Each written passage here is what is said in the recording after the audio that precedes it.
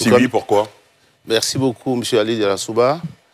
Nous avons le sentiment que le Congrès a été une très très grande réussite pour l'unique et simple raison, c'est que déjà c'était un défi important.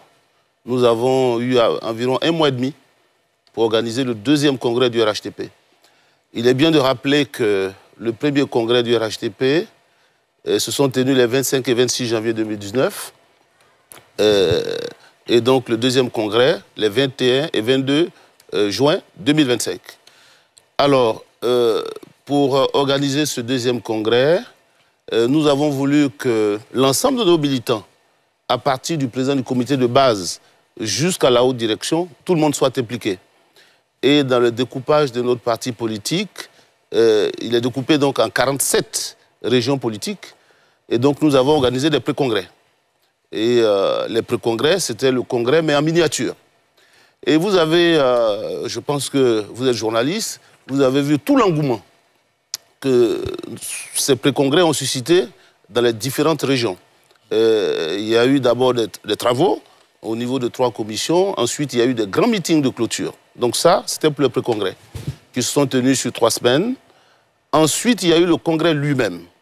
Alors, le congrès lui-même, si vous prenez le RHDP, les secrétaires de section, les secrétaires de zone et les secrétaires départementaux, vous aviez environ un peu plus de 10 100 personnes qui étaient supposées être des congressistes.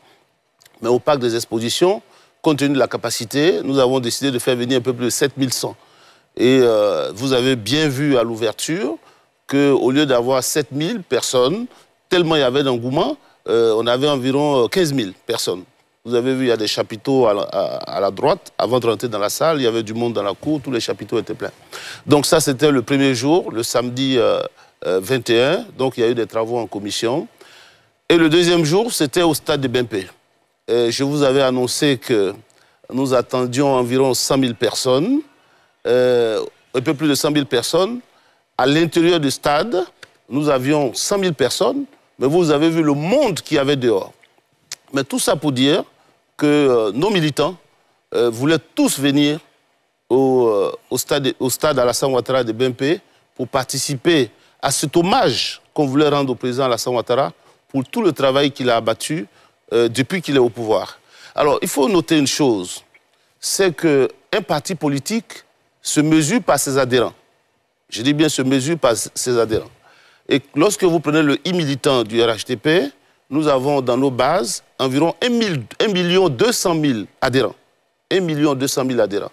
Donc si on prend 100 000 personnes par stade, on pourrait remplir 12 stades Alassane Ouattara.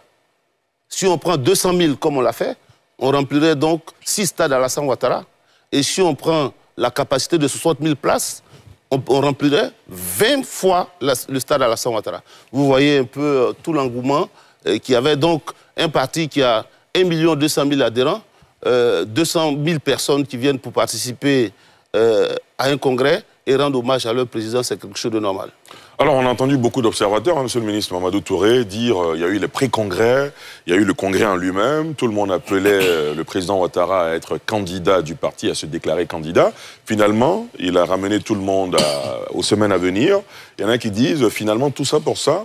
Est-ce que vous faites partie de ceux qui estiment qu'il y a eu un peu de déception chez les militants? Non, pas du tout. Hein. D'abord, le congrès n'avait pas seulement pour objet donc de désigner le candidat du parti. Ça a été dit par le ministre Amédée Kouakou.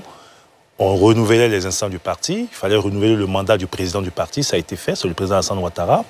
Il fallait révisiter nos textes, les adapter aux évolutions. Les coordinations régionales qui ont été créées, renforcer donc le directoire, renforcer certaines dispositions. Ça a été fait dans les travaux en commission. Et bien évidemment, le congrès a été l'occasion pour nous de prendre une option pour notre candidat à l'élection présidentielle. Et c'est tout à fait normal que dans le processus, les militants se prononcent sur la question. La question donc de savoir qui sera notre candidat à l'élection présidentielle. À l'unanimité, les militants ont choisi le président Alassane Ouattara. Le dimanche, l'information lui a été donnée par le président du congrès, qui est le premier Patrick Hachi. Le président a souhaité que nous lui donnions quelques jours, le temps donc de la réflexion, pour donner sa réponse. Je lui ai rappelé qu'en 2020, ça a été le même process. Lorsque nous nous sommes retrouvés à l'Hôtel d'Ivoire et que les militants dans le conseil politique qui s'est réuni avaient décidé à l'unanimité qu'il soit notre candidat, il a demandé aussi donc de prendre quelques jours parce que aller à une élection présidentielle, c'est d'abord une décision personnelle. Et nous respectons donc cette posture du président de la République. Très bien. Tout en espérant que notre voix sera entendue. Bien sûr, bien sûr. Augustin Couillon.